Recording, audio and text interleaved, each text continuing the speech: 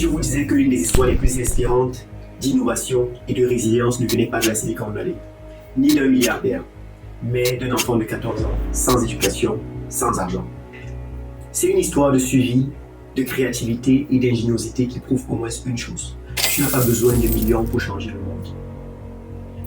Avec le bon mindset, tu peux accomplir des choses extraordinaires. J'espère que cette histoire te permettra de surmonter tes propres défis. Dans cette vidéo, on va voir comment un garçon de 14 ans a pu construire une éolienne à base de déchets et changer son village. Nous verrons les défis qu'il a rencontrés qui peuvent te parler, mais aussi comment est-ce que son histoire peut t'inspirer à passer à l'action avec ce que tu as et où tu es. Reste bien jusqu'à la fin parce que tu vas voir que parfois l'innovation, ce n'est pas une question d'argent, c'est une question de mindset. Bienvenue chez Dr. K. Et si tu es passionné de médecine, de santé, d'entrepreneuriat et la venue de la diaspora africaine te tient à cœur, alors tu es au bon endroit. Ici, on explore ces sujets, on apprend, on partage et on évolue ensemble. Voici William Kamkwamba, un jeune garçon du Malawi, frustré, comme beaucoup d'entre nous, frustré que sa famille ne puisse pas payer son école, frustré qu'il n'y ait pas d'électricité dans son village, frustré que personne ne sache quoi faire. Mais au lieu d'attendre qu'un miracle arrive, il a décidé d'agir. Il passait très souvent son temps à la bibliothèque. Parfois, il partait à l'école et il se faisait recaler parce qu'il n'a pas payé la pension. Donc, du coup, il passait beaucoup de temps à la bibliothèque. Il avait aussi un peu le soutien du bibliothécaire. Un jour, pendant ses heures perdues à la bibliothèque, il est tombé sur un livre qui expliquait le fonctionnement des dynamos. Donc, comment transformer l'énergie mécanique en énergie électrique. Il faut savoir qu'à cette période-là, le forage du village ne fonctionnait plus parce que le moteur du forage était défectueux. Donc, du coup, il n'y avait plus suffisamment d'électricité pour faire fonctionner le forage. Donc, ce qui faisait qu'il n'y avait plus d'eau. Ce qui au début n'était pas un gros problème parce qu'ils étaient en saison pluvieuse lorsque ça s'est gâté. Mais il savait très bien qu'il devait arranger le forage avant la saison sèche, sinon ça devait être problématique. Parce qu'en saison pluvieuse, c'était les pluies qui irriguaient les champs, mais en saison sèche, on se servait de l'eau du forage pour l'agriculture. C'est alors que l'inévitable a fini par arriver, la saison sèche. Et en saison sèche, sans forage, pas de forage dit pas d'eau dit pas d'agriculture dit famine. Et à cause de la famine et de la sécheresse, une guerre civile s'est installée. William Kamkwamba décide alors de construire une éolienne sur la base de déchets mécaniques et électroniques dans son village, mais il lui reste une seule pièce dont il a besoin pour alimenter tout ça, le dynamo. Et le seul dynamo du village était sur le vélo de son papa.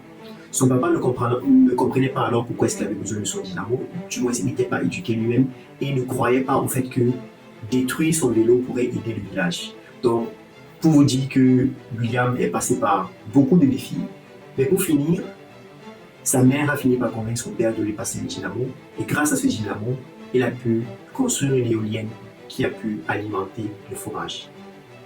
Je vois que vous remarquez que dans cette histoire, ce n'était pas juste une invention, ce n'était pas juste une innovation, mais c'était aussi une question de survie. Tu te demandes sûrement, et en quoi est-ce que ça me concerne? Et pour tout te dire, cette histoire fait le tour du monde. Elle a été publiée dans le Wall Street Journal, a fait la couverture de beaucoup de magazines. Il a écrit un livre par rapport à ça qui a été un best-seller et a été adapté en film par Netflix. Cette histoire nous prouve plusieurs choses. L'intelligence et l'innovation ne dépendent ni des diplômes ni de l'argent. Un simple projet peut inspirer des millions de personnes. Et cette histoire a littéralement créé un mouvement où beaucoup de jeunes africains se lancent dans l'innovation, essayent de créer des choses. Et aujourd'hui, c'est grâce à des esprits comme celui de William que l'Afrique est en train de faire un grand pas vers les énergies renouvelables. Comme quoi, on n'a pas toujours besoin d'attendre des solutions venant de l'extérieur. Parfois, on peut les créer nous-mêmes. Ce que ça signifie pour toi, William, il n'est pas le seul. Partout en Afrique, des jeunes ont adopté cette mentalité et trouvent des solutions aux problèmes d'aujourd'hui. Par exemple, au Nigeria, des femmes construisent des routes durables à base de déchets plastiques.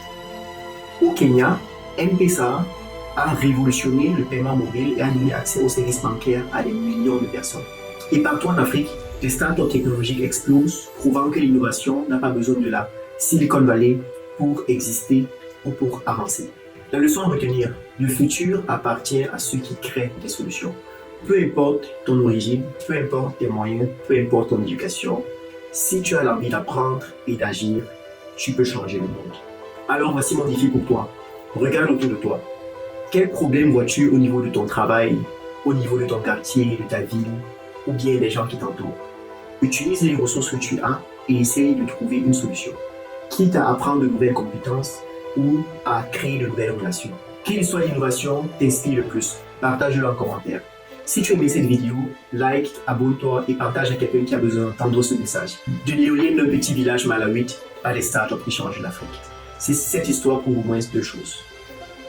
Tu n'as pas besoin de conditions idéales pour commencer. Et le plus important, c'est de commencer. Alors, quelle sera ta prochaine idée? Ciao.